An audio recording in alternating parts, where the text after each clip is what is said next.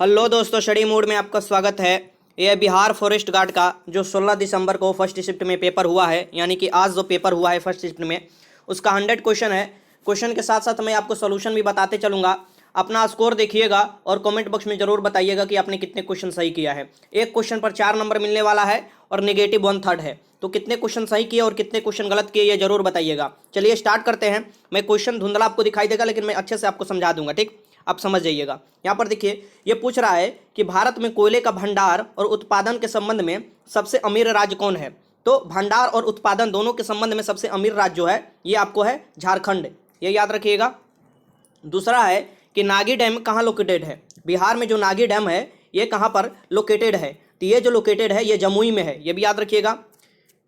तीसरा क्वेश्चन था कि भारतीय संविधान का कौन सा भाग आत्मा कहलाता है। ये मास्टर वीडियो मैंने कराया था, तो उसमें कराया था कि जो उद्देशिका है या प्रस्तावना है वो संविधान के आत्मा कहलाता है। और अगर आर्टिकल देता तो आर्टिकल में 32 को कहा जाता है, ठीक? तो अगर भाग देता तो भाग में प्रस्तावना को, ठीक? ये याद रखिएगा। तीसरे के आंसर बी हो जाएगा। अब यहाँ पर देखिए क्वेश्चन नंबर चौथा इधर है।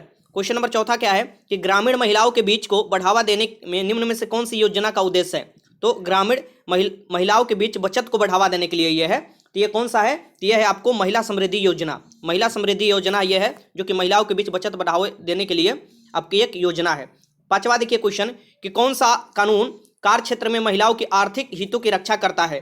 तो कार्य क्षेत्र में महिलाओं की बराबरी में इसके पुरुष के समान आपको महिला का भी वेतन मिले, इसके लिए आपको समान परिश्रमिक अधिनियम 1976 आया था, ठीक? ये याद रखिएगा। पांचवा का आंसर क्या हो जाएगा? डी हो जाएगा। क्वेश्चन नंबर छठवां देखिए क्या है कि 2020 में जारी हरित पथ मोबाइल ऐप का उद्देश्य क्या है। जो 2020 में आपको जारी किए गए हैं हरित पथ मोबाइल ऐप, इसका मुख्य उद्देश्य क्या है? तो राष्ट्रीय जो राजमार्ग है उस पर वृक्षारोपण का निरीक्षण, जो राष्ट्रीय राजमार्ग के किनारे वृक्षारोपण होता है ना, उसका निरीक्षण करना है। तो 6 के आंसर डी हो जाएगा। क्वेश्चन नंबर 7 देखिए कि जो यूनिसेफ है, यहाँ पर देखिए कि दिया हुआ है कि यूनिसेफ का कोई सेलिब्रिटी अधिवक्ता किस लिए बनाया गया है। तो यहाँ पर देखिए निम्नलिखित में कौन सी हस्ती को यूनिसेफ के बाल अधिकार जो अभियान के तहत सेलिब्रिटी अधिवक्ता के रूप में 2020 में किसे नियुक्त किया गया है।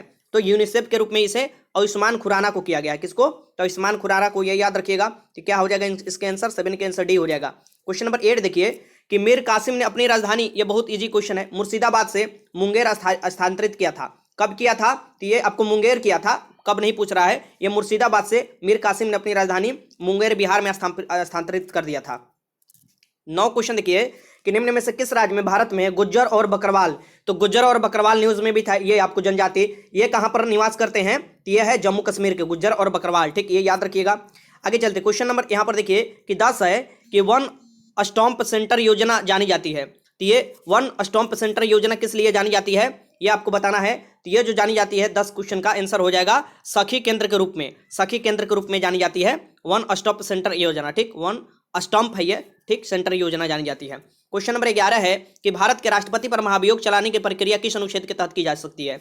तो भारत के राष्ट्रपति पर महाभियोग आर्टिकल 61 के तहत चलाया जा सकता है। ये 11 के आंसर क्या हो जाएगा? डी हो जाएगा, जो कि संसद में शुरुआत होता है। ये भी मैंने क्वेश्चन कराया था। क्वेश्चन नंबर 12 देखिए कि भारत की जनगणना 2011 के अंतिम जनसंख्या जो आया था उसके अनुसार भारत में किस केंद्र शासित राज्य, यहाँ पर देखिए भारत के राज्य या केंद्र शासित क्षेत्र में लिंगानुपात सबसे कम है।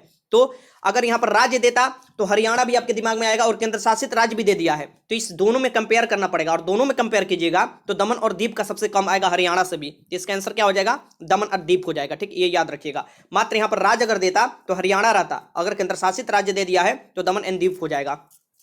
13 देखिए 2020 में होप मिशन टू मार्स जो आपको देश द्वारा छोड़ा गया था, ये आपको किसके द्वारा था? यूएई द्वारा, यूएई अरब अमीरात द्वारा ये छोड़ा गया था, ये याद रखिएगा। अब यहाँ पर देखिए 14 के आंसर देखिए। 14 क्या क्वेश्चन है कि आयुर्वेद के महान विद्वान चरक किस राजवंश के शासनकाल में थे। तो आयुर्विज्ञान के महान जो आपको विद्वान थे चरक जी, वो थे किसके? तो कुषाण के शासनकाल में। किसके? कुषाण के शासनकाल में, ये याद रखिएगा, कुषाण वंश के शासनकाल में। क्वेश्चन 16 देखिए। क्वेश्चन 16 है कि महात्मा गांधी जो राष्ट्रीय रोजगार गारंटी योजना है, मनरेगा के तहत कम से कम कितने दिन का रोजगार दिया जाता है। तो ये 100 डेज का दिया जाता है। क्वेश्चन नंबर 17 देखिए कि निम्नलिखित में किसने फ्रेंच ओपन 2020 महिला एकल खिताब जीता। तो फ्रेंच ओपन जो महिला 2020 ऑस्ट्रेलिया की जीती हैं, इनका क्या नाम है? तो 17 के आंसर क्या लगाइएगा? इनका नाम है एस्ले बार्टी ने जीती है, ठीक? ये याद रखिएगा, फ्रेंच ओपन जो महिला एकल है। 18 के देखिए कि चटगांव जो शस्त्रागार डकैती हुआ था ये किसने तैयार किया था, तो इसने तैयार किया था, ये आपको बताना है, तो ये थे सूर्यसेन, सूर्यसेन का नाम आता है, ठीक, ये याद रखिएगा 18 का। क्वेश्चन नंबर 19 देखिए कि भारत का उष्णकटिबंधीय वन शोध संस्थान स्थित है, तो भारत का उष्णकटिबंधीय जो शोध संस्थान है ये कहाँ पर स्थित है, ये आपको बताना है, तो ये जबलपुर में स्थित है। आगे क्वेश्चन नंबर 20 है, यहाँ पर देखिए क्वेश्चन 20 का कार्य निम्नलिखित में कौन सी समिति मुख्यतः जनजातीय क्षेत्रों में पंचायती राज से संबंधित है, तो ये जनजातीय क्षेत्रों में पंचायती राज से संबंधित है। यहाँ पर आप देख सकते हैं कौन सी समिति, तो पीबी थुंगन समिति हो जाएगी, ठीक, ये याद रखिएगा, पीबी थुंगन समिति। अब देखिए क्वेश्चन नंबर 21 देखते हैं। क्वेश्चन नंबर 21 का है प्रधानमंत्री सहज बिजली हर घर योजना को किस नाम से जाना जाता है, ये जो योजना है ये किस नाम से जाना जाता है, प्रधानमंत्री बिजली हर घर योजना के नाम से, इसे हम लोग कौन से नाम से जाने जाते हैं, ये जाना जाता है सौभाग्य, ये याद रखिएगा, इसे 21 का आंसर हो जाएगा ए। क्वेश्चन नंबर 22 देखिए कि निम्न में से कौन सी वैश्विक समस्या है, इसमें से कौन सी वैश्विक समस्या है, तो वैश्विक स्तर पर जो समस्या है आतंकवाद है, ये याद रखिएगा, ये तो बार बार प्रधानमंत्री भी बोलते हैं, तो ये बोलते हैं कि वैश्विक समस्या आतंकवाद बन चुका है। क्वेश्चन नंबर 23 देखिए कि अगस्त 2020 में निम्नलिखित में से कौन जम्मू कश्मीर के उपराज्यपाल नियुक्त किए गए, तो उपराज्यपाल नियुक्त किए गए थे अगस्त में, ये आपको कौन से थे, तो इनका नाम आप जरूर याद करिएगा, ये थे मनोज सिन्हा, मनोज सिन्हा, ये याद आप करिएगा नाम, ठीक, क्योंकि ये क्वेश्चन पूछता है, ये इसका 23 का क्या हो जाएगा, यहाँ पर ए हो जाएगा। क्वेश्चन नंबर 24 देखिए, क्वेश्चन नंबर 24 क्या है, क्वेश्चन नंबर 24 निम्नलिखित में कौन किस नदी के तट पर हाइड्रोपेसिस का जो युद्ध हुआ था, ठीक, ये याद रखिएगा, झेलम नदी के तट पर हुआ था, सिकंदर और आपको पोरस राजा के बीच हाइड्रोपेसिस का जो युद्ध हुआ था, ये आपको जो नदी है हाइड्रोपेसिस कहा जाता है, ये झेलम नदी को, ठीक, ये याद रखिएगा। 24 का आंसर हो जाएगा डी। क्वेश्चन नंबर 25 देखिए, क्वेश्चन नंबर 25 क्या कह रहा है कि बिहार में निम्नलिखित में कौन सा बिहार के सबसे पूर्वी जिले हैं, ये आपको बताना है कि ये सबसे पूर्व में स्थिर कौन सा बिहार का जिला है, ये धुंधला दिखाई दे रहा होगा लेकिन मैं आपको पढ़कर बता दे रहा हूँ, ये कौन सा जिला है, तो ये जो जिला हो जाएगा ये सबसे जो हो जाएगा पूरब में किशनगंज पड़ता है, ये याद रखिएगा, सबसे पूरब में जिला। आगे देखते हैं क्वेश्चन है कि भारत में नागरिकों के मौलिक अधिकार का संरक्षक कौन है, तो फंडामेंटल राइट का जो संरक्षक है मौलिक अधिकार का, ये सर्वोच्च न्यायालय है, ठीक, ये याद रखिएगा, आर्टिकल 32 के तहत अगर उल्लंघन होता है तो सर्वोच्च न्यायालय जा सकते हैं, अगर सर्वोच्च न्यायालय उच्च न्यायालय दोनों होता तो आंसर दोनों हो जाता। यहाँ पर देखिए निम्नलिखित में भारत का कौन सा राज्य एनीमिया मुक्त सूचांक में प्रथम स्थान आया है, तो एनीमिया मुक्त सूचांक में हरियाणा का स्थान प्रथम आया है इस साल, ये याद रखिएगा। आगे चलते क्वेश्चन देखते हैं। क्वेश्चन नंबर 28 है कि राज्यसभा के पास लोकसभा के बराबर अधिकार है, तो किस क्षेत्र में राज्यसभा के पास भी लोकसभा के बराबर अधिकार है, तो संविधान संशोधन में, जो कि आर्टिकल 368 के तहत किया जाता है, संविधान संशोधन में राज्यसभा के पास बराबर का अधिकार है, लोकसभा इतना। ब्रिटिश ईस्ट इंडिया कंपनी की स्थापना 31 दिसंबर 1600 में हुआ था, ठीक, तो ये याद रखिएगा, 1600 यहाँ पर हो जाएगा। Lake Toba is located, lake Toba कहाँ पर लोकेटेड है ये बताना है, तो ये इंडोनेशिया के सुमात्रा में लोकेटेड है लेक टोबा, ये याद रखिएगा, टोबा झील कहाँ पर है, तो सुमात्रा में, जो कि इंडोनेशिया में पड़ेगा। अब यहाँ पर देखिए 31 क्वेश्चन है, यहाँ से मैथ्स स्टार्ट होता है, आपको 30 क्वेश्चन जीके जीएस का जो था जीके का खत्म होता है, और मैथ देखिए, मैथ में आपको बस आंसर बताते चलूंगा, आई होप आप अच्छे से बनाए होंगे। तो चलिए स्टार्ट करते हैं। यहाँ से क्या है, क्वेश्चन नंबर 31 है कि दो, यहाँ पर देखिए यहाँ पर दिया है, दो अपक्षता पूर्ण सिक्कों को एक साथ उछाला जाता है तो कम से कम आपको एक चित आने की परीक्षा, तो कम से कम एक चित आने की परीक्षा क्या हो जाता है, तो 3 आ सकता है, head tail, head tail tail और टेल हेड। तो हेड आप देखिएगा कम से कम एक आने में 3 बार आ रहा है, तो 3 बाई 4 हो जाएगा इसका परीक्षा, ठीक, ये क्या हो जाएगा, इसका आंसर सी हो जाएगा, ठीक, ये याद रखिएगा। कि चलते हैं क्वेश्चन देखिए, आज मंगलवार है तो ये 79 दिन बाद क्या होगा, तो आज मंगलवार है 79 दिन, इसमें 7 से भागा दीजिएगा, 2 शेष निकल कर आ जाएगा, मंगलवार में 2 जोड़िएगा और उसके बाद पूछ रहा है तो ये क्या आ जाएगा, शुक्रवार आ जाएगा, ठीक, ये याद रखिएगा। आगे चलते हैं। ये देखिए 33 सर्वश्रेष्ठ सबसे, यहाँ पर सर्वश्रेष्ठ एवं सबसे आवश्यक विकल्प का चयन कीजिए। ये आपको कि एक पेड़ में हमेशा क्या होता है, तो एक पेड़ में जो होता है, a tree always has roots, roots means जड़, बिना जड़ का पेड़ हो ही नहीं सकता, ये याद रखिएगा, तो ये हो जाएगा। यहाँ देखिए 34 है कि ए द्वारा काम करने की गति बी से आधी है, ए द्वारा काम करने की गति बी से आधी है, ठीक, ए तथा बी की काम को मिलकर 18 दिन में कर सकते हैं, ठीक, ये याद रखिएगा। तो ए अकेला उस काम को कितने कर सकता है, ए अकेला उस काम को कितने दिन में कर सकता है, ये आपको बताना है, ठीक। तो ये गति पर आपको जो क्वेश्चन है ये टाइम एंड वर्क से क्वेश्चन दे दिया है और इसे आपको बताना है कि इसका आंसर क्या होगा, ठीक, क्योंकि ये क्वेश्चन बार बार पूछता है, तो ये बताइए इसका आंसर क्या होगा। देखिए क्या कर रहा है, ए द्वारा किसी काम को करने की गति आर से आधी है, तो यहाँ पर आंसर जो हो जाएगा ये आपको ये 34 का आंसर हो जाएगा 54 दिन, 54 दिन, क्योंकि यहाँ पर आराम से आप निकाल सकते हैं कि अगर इसका 54 दिन हुआ, 54 दिन मिस बी अगर 54 दिन में काम कर रहा है यहाँ पर मान लीजिए बी 54 दिन में काम कर रहा है, ए 27 दिन में काम कर रहा है, तो दोनों मिलकर कितने दिन में काम कर सकते हैं? तो 27 + 54, ये यहाँ पर लगा लीजिए 27 54 का क्या हो जाएगा 2, अब यहाँ पर एक ए 2 हो जाएगा, 3 बार में 38 54 हो जाएगा, तो यहाँ पर 27 दिन में ए अकेला उस काम को कितना दिन में कर देगा? 27 दिन में, क्योंकि ए द्वारा किसी काम को करने की गति बी से आधी है। बी से देखिए ये क्या कर रहा है? आधी कह रहा है, ठीक, ये ध्यान में रखिएगा, यहाँ पर आधी कर रहा है, तो यहाँ पर ये कितना दिन में करेगा?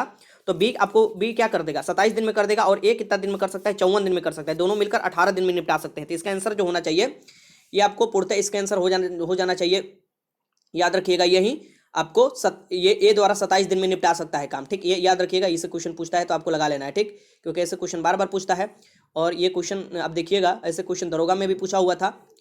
तो इसे फिर से मैं आपको समझा देता हूँ, कोई भी कन्फ्यूजन नहीं होना चाहिए, क्योंकि कन्फ्यूजन बार बार आपको कन्फ्यूजन होगा तो फिर कहिएगा कि सर इसका बता दीजिए, तो मैं फिर से बता देता हूँ कि क्या होगा। कि यहाँ पर देखिए ये बोल रहा है कि ए किसी काम को करने की गति बी से आधी है, तो ए की काम करने की गति जो है बी से आधी है, ठीक, तो वो अब ज़्यादा समय लेगा, अभी भी आपको जो भी समय लेगा बी आपको ए वाला ज़्यादा समय लेगा और बी वाला कम समय लेगा, बी से आधी है तो ऑलवेज ये ए 54 दिन में करेगा, ठीक, ये याद रखिएगा। आगे चलते हैं, क्वेश्चन नंबर 35 कि प्रथम 11 प्राकृतिक संख्याओं का माध्य क्या होगा? तो प्रथम 11 प्राकृतिक संख्याओं का जो माध्य होगा ये आपको जोड़िए, यहाँ पर 66/11 इसकी 6 हो जाएगा, यहाँ पर 6 हो जाएगा, प्रथम 11 प्राकृतिक संख्याओं का जो माध्य हो जाएगा 6 हो जाएगा, ये याद रखिएगा। अब यहाँ पर जो क्वेश्चन है 36 क्वेश्चन है, थोड़ा धुंधला था, लेकिन फिर भी मैं आपको पढ़कर सुना देता हूँ। पी और क्यू का मतलब पी क्यू का पिता है, क्यू और पी माइनस क्यू का मतलब है कि पी क्यू की माता है, और निम्नलिखित में से कौन सा व्यंजक ए और डी के नानी के व्यक्त करता है? ऊपर से भी देखिएगा कि पी और गुणे क्यू का मतलब होता है क्यू पी का पति है, पी प्लस क्यू का मतलब है कि क्यू पी का भाई है, तो ऐसे कीजिएगा तो यहाँ पर लगभग बी आंसर आ जाना चाहिए इसमें, ठीक, ये याद रखिएगा। क्वेश्चन नंबर 37 देखिए, उत्तर पूर्व पश्चिम दक्षिण बन जाए, अगर उत्तर पूर्व पश्चिम है दक्षिण बन जाता है, और दक्षिण पूर्व जो है ये पूरब बन जाता है, तो दक्षिण क्या बनेगा? तो ये उत्तर पूर्व बन जाएगा, उत्तर पूर्व बन जाएगा, दक्षिण क्या बन जाएगा? उत्तर पूर्व बन जाएगा, ये याद रखिएगा। 38 क्वेश्चन नंबर देखिए कि एक दिन में घड़ी की सुई आपस में कितनी बार मिलती है? तो एक दिन में 24 घंटा है, और 24 घंटा में ये 22 बार आपस में मिलती है, हम इसकी 0 डिग्री कोण बनाती है, एक दूसरे पर मिल जाती है, ठीक, ये याद रखिएगा, ये आपको क्वेश्चन याद रखना है 22 बार। आगे चलते हैं, क्वेश्चन नंबर 39 देखिए, क्वेश्चन नंबर 39 आपको बहुत धुंधला दिखाई देगा, लेकिन मैं पढ़कर आपको सुना देता हूँ। क्वेश्चन नंबर जो 39 है ये क्या कह रहा है? ये कह रहा है कि 27 दिया है, 24 दिया है, और फिर इसके बाद 21 दिया है, और पूछा है कि कौन सा प्रथम पद ऋणात्मक पद है? तो ऋणात्मक पद जो हो जाएगा इसमें से -3 हो जाएगा, जो बी में ऑप्शन में होगा -3, ये निकालिएगा, आ जाएगा, ठीक। अब देखिए ये सब पूरा धुंधला दिखाई दे रहा है, लेकिन फिर भी मैं आपको पढ़कर सुना देता हूँ, क्योंकि क्वेश्चन मैंने देखा काफ़ी लोग क्वेश्चन पेपर इधर उधर कर रहे थे, काफ़ी लोग क्वेश्चन पेपर भेजे भी हैं, तो उसी के बेसिस पर मैं आपको करा रहा हूँ। यहाँ पर देखिए कि ये दे रहा है कि एक घनाभ के रूप में जिसकी लंबाई 20 मीटर है, एक घनाभ के रूप में जिसकी लंबाई 20 मीटर है, यहाँ पर आप देख सकते हैं, और यदि जलाशय 18 किलोमीटर पानी को हटाया जाता है, यदि जलाशय से 18 आपको देख सकते हैं किलोमीटर पानी को हटाया जाता है यहाँ पर, तो जल स्तर 15 जो मीटर है नीचे चला जाता है, तो जलाशय की चौड़ाई क्या होगी? तो जलाशय की चौड़ाई 60 मीटर हो जाएगी, कितना? 60 मीटर, निकालिएगा ये। अब यहाँ पर 41 नंबर देखिए, 41 नंबर में क्या है कि 52 पत्ती के एक अच्छी तरह से फेंटी हुई, 52 पत्ती है और अच्छी तरह से फेंटी हुई है, ताश के अब बंडल होता है ना, 52 पत्ती होता है उसमें, ठीक, तो गड्डी से पत्ता निकाला जाता है, तो चित्र वाले ताश आने के पत्ते की परीक्षा क्या होगी? चित्र वाला में किंग आ सकता है, क्वीन आ सकता है, और जयकाल आ सकता है, मीन्स की के क्यू और जे यही तो चित्र वाला होते हैं। तो ये आपको 4 4 8 और 4 3 12 आ सकते हैं, 12/13, तो यहाँ पर कटाइए, 12 में आपको 52 पत्ता बना होता है, 52 हो जाएगा, ठीक, तो ये 6 हो जाएगा, ये हो जाएगा आपको 26, ये 3 हो जाएगा, ये होगा 13, मीन्स की 3/13 आ जाएगा आपका, 3/13 यहाँ पर आ जाएगा, आपको चित्र वाला पत्ता निकालिएगा, तो ठीक, ये याद रखिएगा। अब आगे चलते हैं, क्वेश्चन नंबर 42 देखिए कि 30 मीटर कपड़ा बेचने पर एक व्यक्ति को 6 मीटर कपड़े के विक्रय मूल्य के बराबर लाभ होता है, तो उसका लाभ प्रतिशत क्या है? तो यहाँ पर 30 मीटर अगर कोई कपड़ा बेचता है तो उसे 6 मीटर कपड़े के आपको विक्रय मूल्य के बराबर लाभ होता है, तो उसका लाभ प्रतिशत 25 आपको आना चाहिए, या 42 के आंसर क्या लगा लीजिएगा? बी लगा लीजिएगा, ठीक, 25% आना चाहिए। यहाँ पर देखिए क्वेश्चन नंबर 43 देखिए, यहाँ पर मैं समझा देता हूँ क्वेश्चन नंबर 43, अगर कोई क्वेश्चन में आपको डाउट है तो कमेंट बॉक्स में लिख सकते हैं। क्वेश्चन नंबर 43 देखिए क्या बोल रहा है कि दो क्रमांकित सम संख्याओं का व्युत्क्रम का योग 7/24 है। ये देखिए अगर दो क्रमांकित जो है आपको सम संख्या है उसके व्युत्क्रम का जो योग है ये 7/इसकी 7/24 है, माफ कीजिएगा 7/24 दिया है, ठीक। और ये पूछ रहा है, क्या पूछ रहा है कि यदि एक संख्या 6 दिया हुआ है तो दूसरा संख्या पूछ रहा है, और विशेष सी बात है अगर एक संख्या 6 है वो सम संख्या, इसका अगला संख्या क्रमांक 8 हो जाएगा, और दोनों का व्युत्क्रम कीजिएगा तो ये आपको क्या आ जाएगा? 7/24 आ जाएगा, तो इसमें से आंसर क्या हो जाएगा? 8 हो जाएगा, ठीक, ये याद रखिएगा। क्वेश्चन नंबर 44 देखिए, क्वेश्चन नंबर 44 है कि यदि एक व्यक्ति के पास यात्रा के दैनिक व्यय के लिए 360 रुपया है, ₹360 है एक व्यक्ति के पास यहाँ पर यात्रा व्यय के लिए ₹360, ठीक, ये दिया हुआ है। यदि वो अपनी यात्रा 4 दिन बढ़ाता है तो उसके अपने दैनिक व्यय में ₹3 की कटौती करनी पड़ेगी। अगर 4 दिन और बढ़ाता है तो ₹3 कटौती करनी पड़ेगी। तब उसके द्वारा यात्रा का वास्तविक अवधि कितना होगा, तो उसके द्वारा जो वास्तविक अवधि पूछा जा रहा है यात्रा का, ये कितना होगा, तो ये जो हो जाएगा ये हो जाएगा आपको 20 दिन। आगे चलते हैं। ये तो बहुत आसान क्वेश्चन है। इसमें क्या करना है, ऑप्शन से उठाना है। ऑप्शन से पहले 4 उठाइए, क्योंकि यहाँ पर देखिए 4 दिया हुआ है, चचौ के 16 और 9 कितना होता है 25, तो यहाँ पर 5 निकल कर बाहर आ जाएगा। और यहाँ से चचौ के 16, यहाँ पर प्लस बीच में है, चचौ के 16 हो जाएगा और ये 9 घट जाएगा तो इसमें से 7 आ जाएगा, तो ये अंडर रूट 7 हो जाएगा, तो ये बराबर हो जाएगा इसका। तो इसका आंसर क्या हो जाएगा, x बराबर यहाँ पर आपको 4 आ जाएगा, क्योंकि x का वैल्यू पूछा हुआ था। अब यहाँ से आपको दिखाई देगा।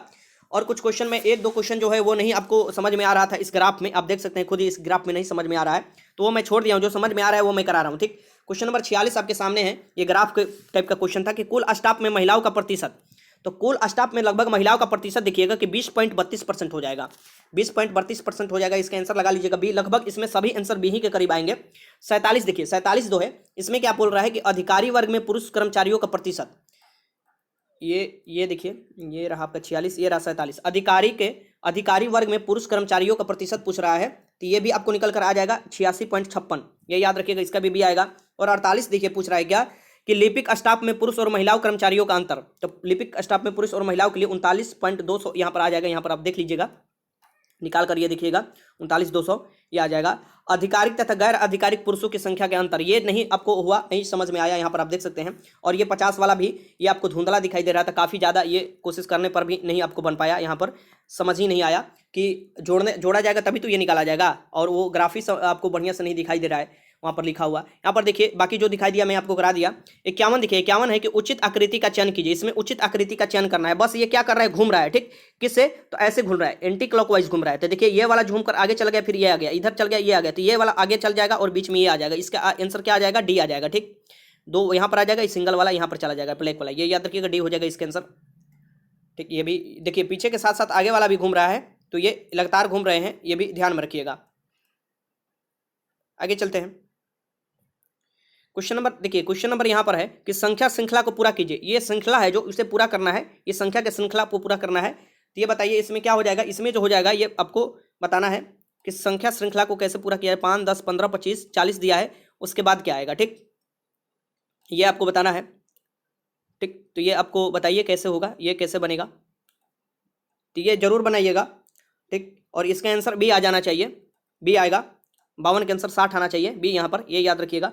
सही विकल्प का चयन कीजिए। इसमें सही विकल्प कौन सा आएगा, तो यहाँ देखिए B2 दिया है ना, B2, और यहाँ पर देखिए आगे बढ़ाता जा रहा है, C और D यहाँ पर छोड़ दिया है और D पर 4 आ गया है, तो B2 दिया है तो C3 होगा, C यहाँ पर 3 होगा और D होगा, तो BC3 हो जाएगा। यहाँ पर पहले वाला ही ऑप्शन हो जाएगा, BC3D हो जाएगा, BC3D हो जाएगा यहाँ पर, ये याद रखिएगा 53 का। अब 54 देखिए, 54 में भी यहाँ पर श्रृंखला को सही विकल्प का चुनना है, सही विकल्प जो है ये श्रृंखला में चुनकर भरना है, ये आपको बताना है।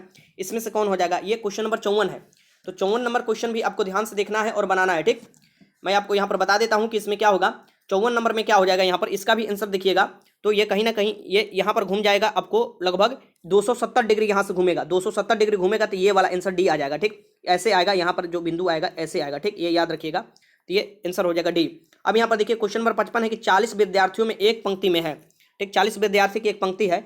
श्यामा बाईं ओर से 13वां स्थान है तथा नीना का दाईं ओर से 9वां स्थान है। श्याम और नीना के बीच में कितने विद्यार्थी हैं अगर नीना के बाईं ओर से चतुर्थ स्थान पर है, तो ये किसके बीच में पूछ रहा है, तो ये पूछ रहा है श्याम और निखा के बीच में पूछ रहा है। तो इधर से आपको जो पूछ रहा है 9 में आपको 4 जोड़िएगा 13 हो जाएगा, और 13 और उधर से जब बोल रहा है उधर से पंक्ति में बाईं ओर से 13वां है, तो 13 13 दूनी के 26, 40 घटा दीजिए, एक जोड़ दीजिए, ठीक। यहाँ पर 40 के आंसर क्या आ जाएगा, यहाँ पर 40 के आंसर देखिएगा कि निकल कर, ये क्वेश्चन नंबर 40 नहीं है, क्वेश्चन नंबर ये देखिएगा, ये क्वेश्चन नंबर 55 है।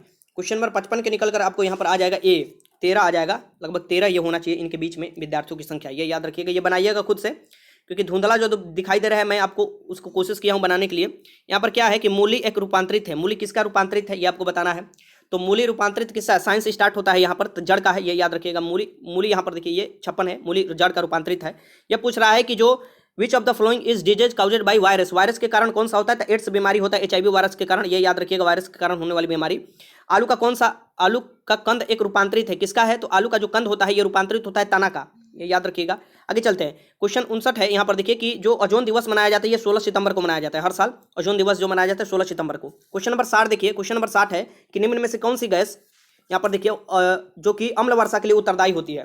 तो अम्ल वर्षा की उत्तरदायी होती है या अम्ल वर्षा होता है इसी कारण SO2 और NO2 के कारण, ये याद रखिएगा, ठीक, बी हो जाएगा इसका। क्वेश्चन नंबर 61 देखिए कि व्यावसायिक तौर पर अमोनिया बनाई जाती है।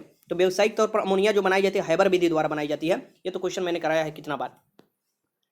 क्वेश्चन नंबर 62 देख लेते हैं कि निम्न में से किस वैज्ञानिक को 2 बार नोबेल पुरस्कार से सम्मानित किया गया है, एक बार भौतिकी और दूसरी बार रसायन के क्षेत्र में। तो ये कौन है, तो मेरी क्यूरी को एक बार रसायन और एक बार भौतिक के क्षेत्र में सम्मानित किया गया था। मेरी क्यूरी हो जाएगी 62 के आंसर ए हो जाएगा, यहाँ पर ध्यान से ये क्वेश्चन लगाना है आपको। क्वेश्चन नंबर 63 हो जाएगा कि सामान्य नेत्र के रेटिना पर बनने वाला प्रतिबिंब होता है। तो सामान्य नेत्र पर जो रेटिना पर प्रतिबिंब बनता है वो कैसा होता है ये आपको बताना है। तो ये जो होता है ये आपको 63 के आंसर क्या हो जाएगा, ये होता है आपको वास्तविक और उल्टा। कल ही मैंने क्वेश्चन कराया था फिजिक्स में आपको, ये वास्तविक और उल्टा होता है। यहाँ पर देखिए निम्न में से कौन सा गैर पारंपरिक ऊर्जा का स्रोत है। गैर पारंपरिक ऊर्जा का स्रोत जो हो जाएगा ये वायु हो जाएगा, वायु, हवा, वायु हो जाएगा, ये भी याद रखिएगा, विंड एनर्जी। यहाँ पर आगे चलते हैं क्वेश्चन कि निम्नलिखित में कौन सा अम्लीय माध्यम से आयोडाइड को शीघ्रता मुक्त करता है। तो ये बताना है, आयोडाइड से आयोडिक नाइट्रेट मुक्त करता है, ये याद रखिएगा। आगे चलते क्वेश्चन नंबर 66 देखिए कि पसीने में समानता उपस्थित खनिज लवण होते हैं। तो जो पसीना होता है उसमें आपको कौन से लवण होते हैं, आप देखिएगा गर्मी के दिन में आपको नमक की भांति जम जाता है। तो इसमें नमक क्यों होता है, सोडियम क्लोराइड, ये याद रखिएगा, सोडियम क्लोराइड NaCl होता है, ठीक, पसीना में। क्वेश्चन नंबर 67 है कि वर्गीकरण की आधारित इकाई, इसकी वर्गीकरण की जो बेसिक यूनिट है ये आपको बताना है, बेसिक यूनिट ऑफ क्वालिफिकेशन, ये जाति होता है, ठीक, ये याद रखिएगा, जाति होता है। 67 के आंसर सी हो जाएगा, स्पीसीज आपको हो जाएगा इसका आंसर।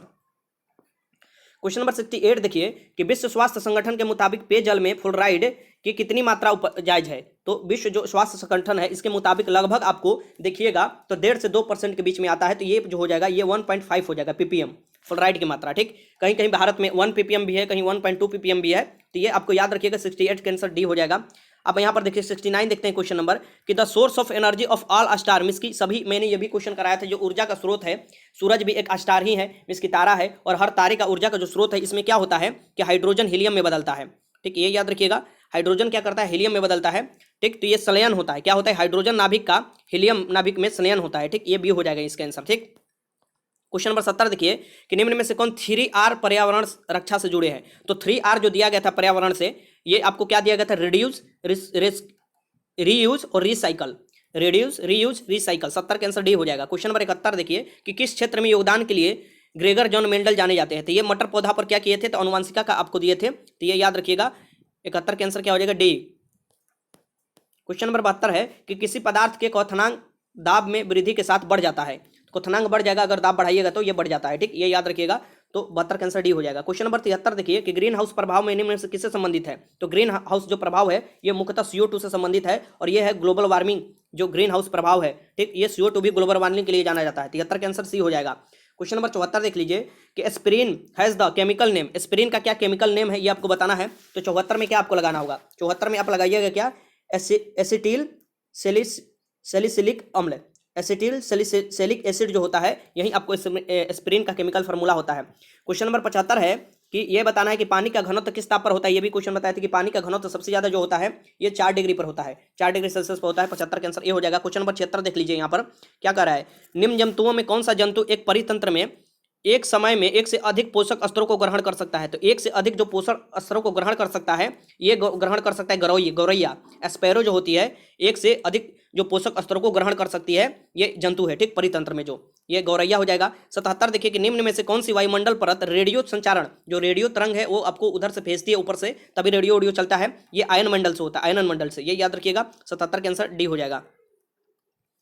78 देखिए कि रक्त का हृदय की ओर विपरीत प्रवाह निम्नलिखित में कौन सी रक्त वाहिका में होती है। रक्त का हृदय की ओर, तो रक्त के हृदय की ओर जो होता है ना ये सीरा का होता है, सीरा। रक्त का जो हृदय से आपको जो होता है ये आपको धमनी का होता है, हृदय से सब जगह, लेकिन जो सीरा होता है सीरा से हृदय की ओर जाता है। तो रक्त का हृदय की ओर मीन्स की हृदय की तरफ, तो ये आपको सीरा हो जाएगा, वेन हो जाएगा। 78 के आंसर क्या हो जाएगा यहाँ पर, बी हो जाएगा, ये लगा लीजिएगा। 78 के आंसर क्या हो जाएगा यहाँ पर, बी हो जाएगा। आगे चलते हैं क्वेश्चन नंबर आपको 79 देखिए कि कार्बोलिक अम्ल है, कार्बोलिक अम्ल इसमें से कौन है। तो कार्बोलिक अम्ल जो है ये आपको बताना है, कार्बोलिक अम्ल कौन है इसमें थे, ये हो जाएगा C6H5OH। असल में इसका फॉर्मूला जो होता है C6H6O होता है, लेकिन यहाँ पर जो यहाँ पर देखिएगा कि OH इसमें लगा रहता है तो यहाँ पर H कम हो जाता है, तो यह हो जाता है C6H5OH, ये याद रखिएगा, ये आपको कार्बोलिक एसिड का फॉर्मूला होता है। 79 के आंसर बी हो जाएगा। क्वेश्चन नंबर 80 देखिए कि द्विबीजपत्री पादप का वर्ग है। तो द्विबीजपत्री जो होता है ये क्या होता है ये आपको बताना है। तो ये जो होता है ये क्या होता है, तो ये डोर्सिवेंट्रल होता है, ये याद रखिएगा डोर्सिवेंट्रल होता है। मिस की पृष्ठाधारी यहाँ पर दिया हुआ है डी में, ये आपका डी ऑप्शन हो जाएगा, ये याद रखिएगा। अब यहाँ से हिंदी स्टार्ट होता है, जल्दी से मैं हिंदी आपको करा देता हूँ। देखिए ये क्वेश्चन आप ही द्वारा भेजा गया है, आप ही लोगों द्वारा क्वेश्चन पेपर मेरे पास भेजा गया, बोला गया कि सर सोल्यूशन करा दीजिए, तो मैं सोल्यूशन करा रहा हूँ इसका। और यहाँ पर समझिए कि 98% के करीब आपको क्वेश्चन सही कि मैंने बताया है। एक दो क्वेश्चन में डाउट हो सकता है, अब ये जो धुंधला क्वेश्चन है उसमें डाउट हो सकता है, लेकिन पूरा का पूरा सही आंसर मैंने आपको बताया है। कुलागार का मतलब क्या होगा, कुलागार का मतलब है अपने ही कुल को नाश करने वाला। कुलागार जो होता है ये अपने ही कुल को नाश करता है, ये याद रखिएगा। निम्नलिखित में से संकर शब्द है, ये देखिए संकर, ये सकर दिया है कि संकर दिया है, ये आपको मतलब कि थोड़ा गड़बड़ी है। संकर मीन्स होता है कि दो मिलकर बनता है, जो दो मिलकर बनता है। तो यहाँ पर देखिएगा रेल और गाड़ी, ये दो शब्द में, रेल आपको इंग्लिश हो गया, गाड़ी आपको हिंदी हो गया, तो ये मिलकर बना है। तो यहाँ पर आपको देखना है, ये मैं क्वेश्चन आपको छोड़ देता हूँ आपके ऊपर कि ये सकर दिया है कि संकर दिया है, ठीक। उद्वर्तन शब्द का तत्सम रूप है, उद्वर्तन जो शब्द यूज किया जाता है ये अवटन के लिए किया जाता है। अवटन इसका क्या हो जाता है, जो तत्सम रूप है किसका, तो अवटन का उद्वर्तन होता है, ठीक, ये याद रखिएगा।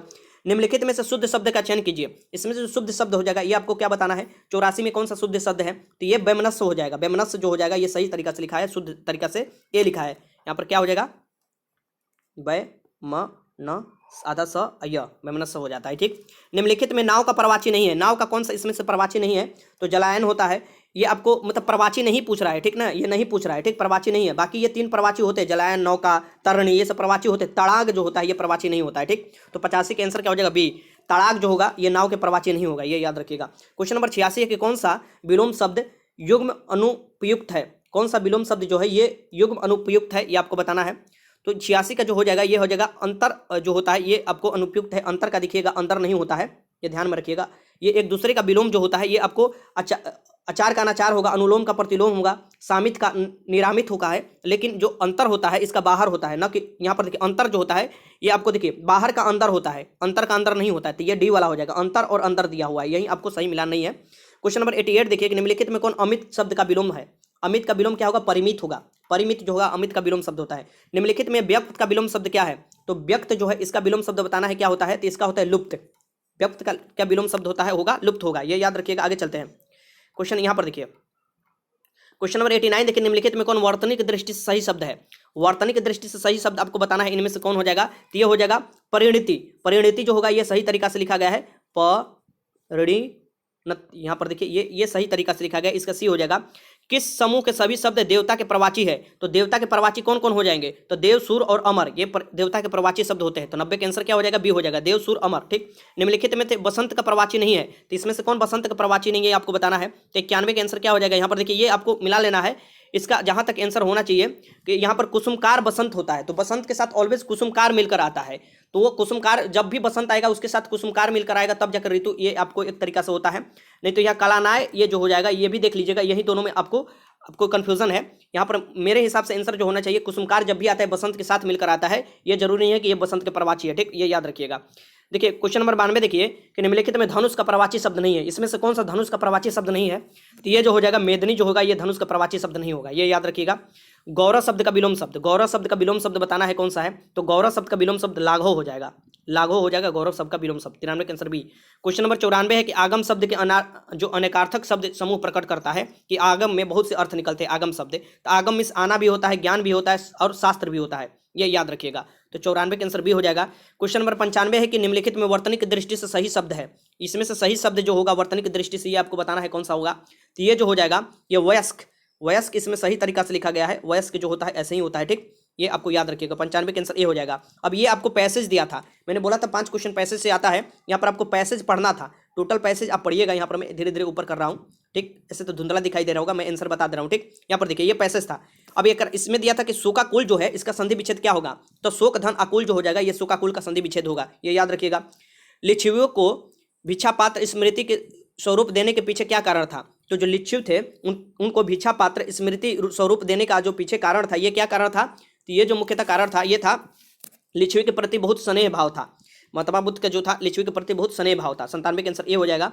अब यहाँ पर 98 देखिए तथागत का समानार्थी शब्द है, तो तथागत किसे कहता है, महात्मा बुद्ध को ही तथागत कहा गया है, तो बुद्ध को ही तथागत कहा जाता है, ये याद रखिएगा। 98 के आंसर सी हो जाएगा। क्वेश्चन नंबर 99 है कि तथागत अपने शरीर को अधिक चलाने के पक्ष में नहीं थे, क्योंकि तथागत जो अपने शरीर को थे अधिक चलाने के पक्ष में नहीं थे, क्योंकि तथागत निर्वाण प्राप्त करने के लिए शरीर को नहीं चलाना चाहते थे, ये याद रखिएगा। 99 का आंसर ए। क्वेश्चन नंबर 100 देखिए कि तथागत और जो आनंद है, तथागत मीन्स की महात्मा बुद्ध और जो आनंद है, इनके बीच कौन सा रिश्ता था? तो ये बोला जाता है कि अगर कोई भी शिष्य हो तो आनंद जैसा हो। तो ये तथागत के मीन्स महात्मा बुद्ध के जो शिष्य थे आनंद, और चचेरा भाई के रूप में भी थे, लेकिन असल में ये कि क्या थे, एक शिष्य थे, ये याद रखिएगा। तथागत और आनंद के बीच गुरु और शिष्य का रिश्ता था, ये याद रखिएगा। तो 100 का आंसर यहाँ पर भी हो जाता है। तो ये टोटल क्वेश्चन था, 100 का 100 क्वेश्चन मैंने कराया। आपने कितना सही किया ये बताइएगा। काफी क्वेश्चन मॉडरेट से हाई लेवल का क्वेश्चन है, और मैं इसका कटअप का वीडियो आपको बताऊंगा सेकंड शिफ्ट का भी क्वेश्चन कराने के बाद। ठीक, तो वीडियो अच्छा लगा तो लाइक कीजिएगा। कोई भी मन में डाउट है कमेंट बॉक्स में लिख दीजिएगा। वीडियो देखने का आपका बहुत बहुत धन्यवाद।